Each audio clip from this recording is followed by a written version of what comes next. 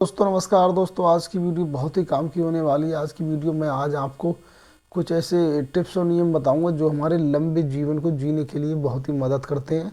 जैसा कि जापान और डेनमार्क, यहाँ के लोग इन नियमों का फॉलो करते हैं और वो कहीं ना कहीं नियमों को फॉलो करने में सफल रहते हैं।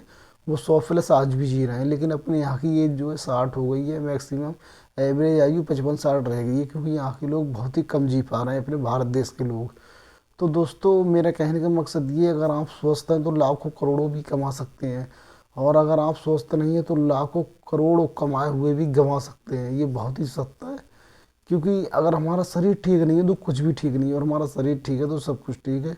तो आज की वीडियो में आज आपको बताऊंगा जापान के लोग कौन कौन से नियम इस्तेमाल करते हैं। ये जानकारी मुझको काफ़ी रिसर्च करने के बाद मिली है दोस्तों, क्योंकि जापान के लोग बहुत ज़्यादा 100 से ऊपर जी रहे हैं, अपने यहाँ के 60 ही साल रह गए। तो आज की वीडियो में उनके नियमों का आपको बताऊंगा, वो लोग कौन कौन से नियम आजमाते हैं जिस वजह से ज़्यादा जीते हैं।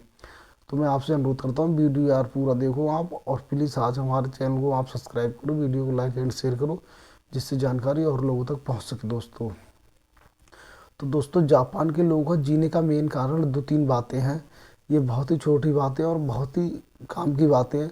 अगर आप इन दोनों बातों को समझ गए तो आप भी इस चीज़ में जो सफल हो सकते हैं ज़्यादा जीने में, और आप भी ज़्यादा जी। दोस्तों जापान के जो लोग होते हैं वो कहीं ना कहीं अपना जो है भोजन, अगर उनको जो 4 रोटी की ज़रूरत है तो वो 2 ही रोटी खाते हैं, और अपना पेट आधा खाली छोड़ देते हैं, आधा पेट भोजन करते हैं।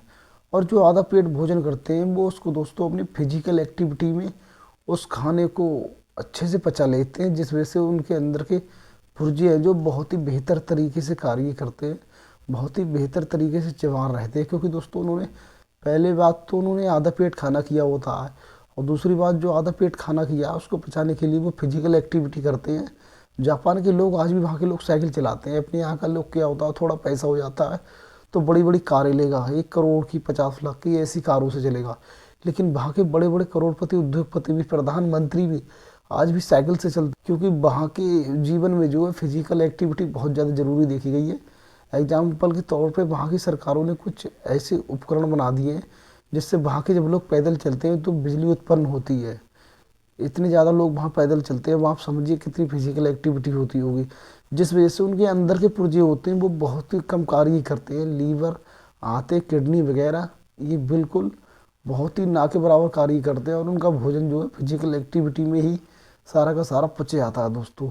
तो उनका मेन कारण एक ये भी है कहीं ना कहीं। और नंबर 2 की बात करूँ मैं, नंबर 2 पर क्या हो रहा है उनका, जो सरकारें भी खाने को लेकर और उनके स्वास्थ्य को लेकर बहुत ज़्यादा चिंतित हैं। वो लोग बार बार चेकअप कराते हैं, हर महीने 2 महीने, क्योंकि वहाँ के चेकअप बिल्कुल फ्री हैं, और अपने यहाँ के चेकअप बहुत ही कॉस्टली हैं फुल बॉडी के। और वहीं दोस्तों जो ऑफिस में लोग कार्य करते हैं दोपहर में, वो ऑफिस में कार्य करने वाले लोग जब लंच करते हैं तो लंच के लिए वहाँ पर 1 नहीं 2 घंटे की छुट्टी दी जाती है। अब इन छुट्टियों को जो है वो लोग बहुत ही जो है हिसाब से इसका इस्तेमाल करते हैं। मतलब ये है, जब उन्होंने लंच किया, लंच करने के तुरंत 40 मिनट के लिए वो खाना खाकर अपना लेट जाते हैं, कहीं नहीं जाते हैं। क्योंकि दोपहर में जब हम खाना खाते हैं तो हमारा सारा जो शरीर का ब्लड होता है वो कहीं ना कहीं हमारे पेट में खाना खाने के बाद इकट्ठा होना चाहिए, जिस वजह से हमारा कार्य आसान, वो हमारा भोजन आसानी से पच जाता है, सॉरी।